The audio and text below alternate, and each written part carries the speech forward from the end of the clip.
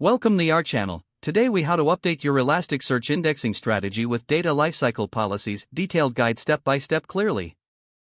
In this guide, we will walk through the process of updating your Elasticsearch indexing strategy using data lifecycle policies. Start by understanding the current indexing strategy in place.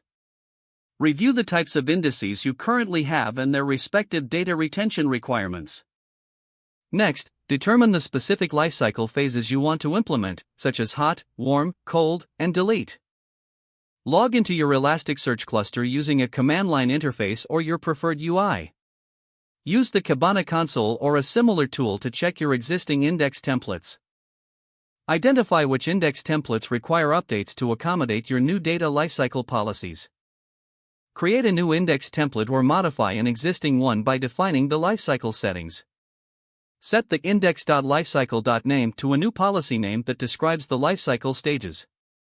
Now, navigate to the Elasticsearch Management Console to create a new data lifecycle policy.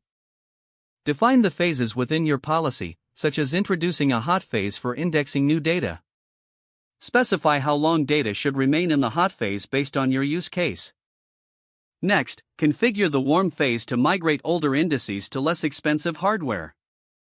Set time or size conditions for transitioning to the warm phase. After that, define the cold phase settings for infrequently accessed data.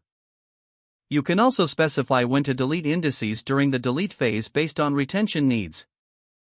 Review the comprehensive settings within your data lifecycle policy for clarity and accuracy. Once you are satisfied, save the policy and apply it to the appropriate index template. Return to the Index Templates section and ensure the new policy is attached to the desired indices.